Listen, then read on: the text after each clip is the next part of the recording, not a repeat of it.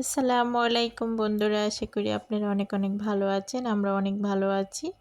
আজকে নিয়ে এসেছি বড় মাছ। বড় মাছটাকে সুন্দর করে ভুনা করব। চলুন দেখি কিভাবে রান্না করা যায়। এই যে মাছটাকে ভালো করে ভেজে নিয়েছি। অনেক বড় একটা মাথা বিকেট মাছের। বিকেট মাছটা অনেক বড় ছিল। বিকেট মাছটা দিয়ে বিকেট মাছের মাথা লেজা দিয়ে আজকে ভুনা করব। মাথাটা দিয়ে কিন্তু কড়াইটা ভরে যাচ্ছে। এখানে দিয়েছি টমেটো কুচি, পেঁয়াজ কুচি, আদা রসুন বাটা, স্বাদ মতো লবণ, আর দিয়ে দিচ্ছি শুকনো মরিচের গুঁড়ো।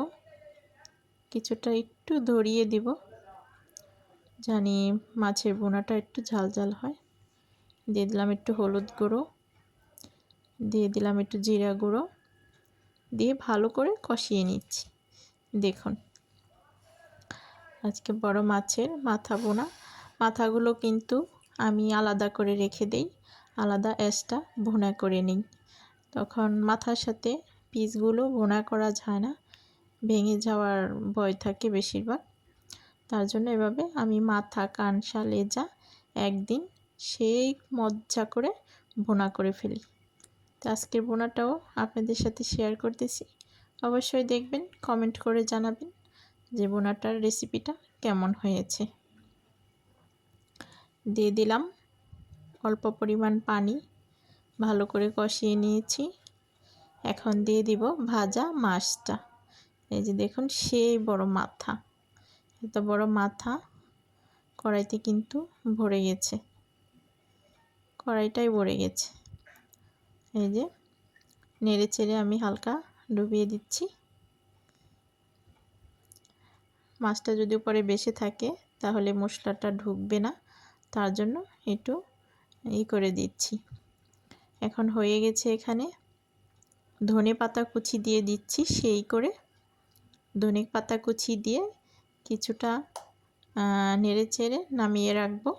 এই যে তারপরে হবে খাওয়ার পালা। বোনাটা আজকে সেই লাগছে। চলুন খাওয়ার পর বলছি কেমন হয়েছে। এই তো বড় মাছের ভুনা হয়ে গেছে রান্না। এখানে বড় মাছ, বড় মাছের কানসা, নেজা, চাপা ছিল, তাই আজকে ভুনা করেছি।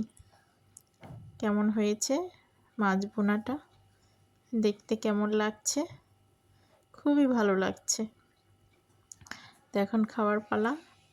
মাইশা আমার আম্মু খেতে বসবে এখন। আমার আম্মু খেয়ে নিক।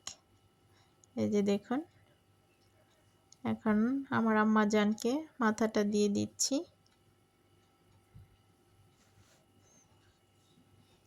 এই যে আমার আম্মু খেয়ে বলবে কেমন হয়েছে আজকের ভুনার রেসিপিটা। দেখুন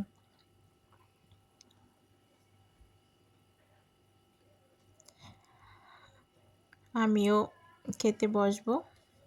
আমার আম্মু এই যে এক টুকরো লেবু নিয়ে নিল, লেবু দিয়ে এখন খেয়ে বলবে কেমন হয়েছে। বলো আম্মু, খেয়ে বলো কেমন হয়েছে। এটা খেতে খুবই সুস্বাদু হয়েছে, আপনারাও বাসায় ট্রাই করবেন। এখন আমার খাওয়ার পালা। এই যে মাছের ডিমটা যে বোনা করে রেখেছি, মনেই ছিল না আম্মুকে দেওয়ার জন্য। এখন আমি খেয়ে নিচ্ছি মাছের ডিম বোনা দিয়ে। এটাও পেঁয়াজ কুচি দিয়ে, ধনে পাতা কুচি দিয়ে সেই করে আমি মাছটাকে ভুনা করে নিয়েছি।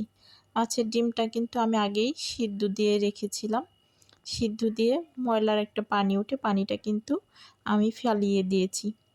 আর এই যে মাছের ডিম বোনাটা খেতে অনেক স্বাদ হয়েছে, খেতে অনেক ভালো লাগছে। এই যে আলহামদুলিল্লাহ, শুকরিয়া আদায় করি, রান্নাটা অনেক মজা হয়েছে আর খেতে পারছি অনেকটা ভালো। এইটাই, অনেক মানুষই এটাই পায় না, তার জন্যই আলহামদুলিল্লাহ বলাটা।